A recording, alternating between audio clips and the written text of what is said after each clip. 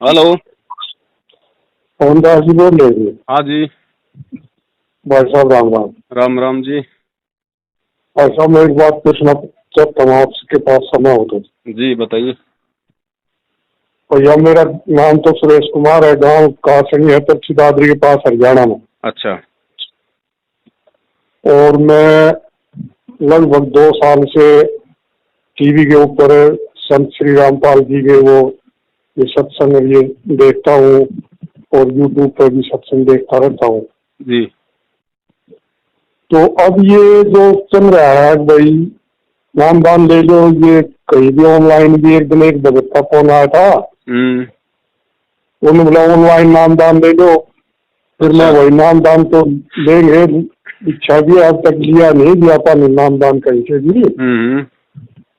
तो मैं ये जानकारी चाहता था कि जब वो गुरु जी तो है जेल के अंदर, तो वो बगैर आशीर्वाद बगैर नामदान का नहीं होता सफल। तो मैं कहा भाई इस चीज से तो कोई नहीं गया, तो वो बाहर हो और नामदान स्वयं दे या किस माध्यम से वो खुद दे, फिर आशीर्वाद दे, जब तो फली भी तो है।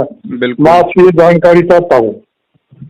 देखो, सत्य जानकारी भगत जी हम पिछले 6 साल से दे रहे हैं, जब से नामदान केंद्र खुले हैं।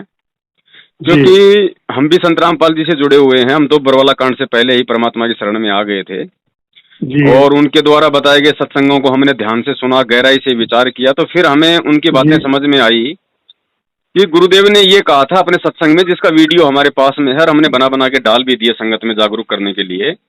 गुरुजी जी। ने स्पष्ट कहा कि भैया नामदान की डीवीडी तो मैंने बना के मैंने रख दी है, लेकिन हाँ जब तक मैं शरीर में हूं तब तक नाम दीक्षा मैं दूंगा, और जब मेरा शरीर छूट जाएगा उसके बाद मेरे इस नूरी शरीर अर्थात ये डीवीडी से, टीवी से, लैपटॉप से, मोबाइल से, उसके बाद जी केवल इसी माध्यम से नामदान दिया जाएगा। शरीर रूप में कोई दूसरा गुरु नहीं होगा मेरे बाद।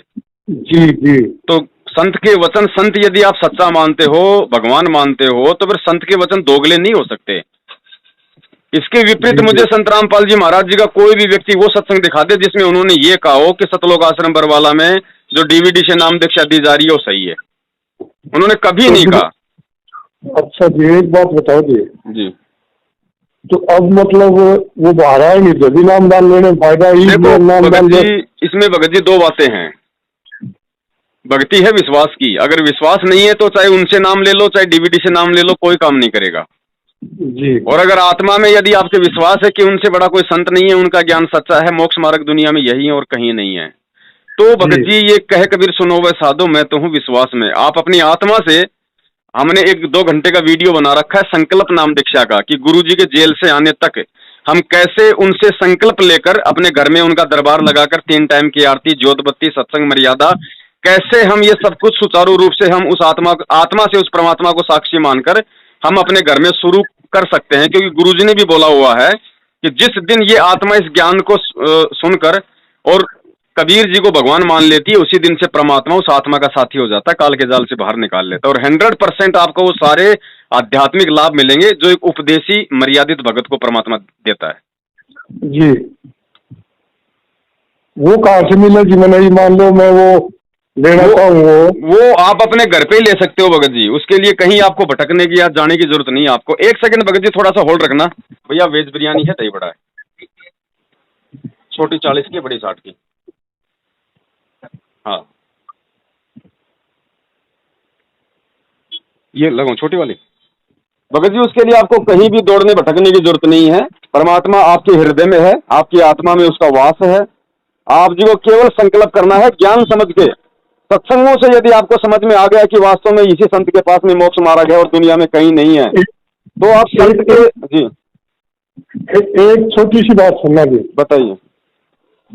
एक दिन दोपहर के समय में सो रहा था, काम धंधा और आदमी काम कुम करके जी तो वो शाम के समय चलते हैं, वो देखते हैं, फिर ये यूट्यूब पर भी देख लेता हूँ सत्संग। जी तो जी मेरे सपनों में दोपहर के समय आए थे वो खुद जी सपन में दिखाई दिए मन पूरी तरह, लेकिन वो पूरी सिस्टम में तो याद नहीं भाई। वो ख्याल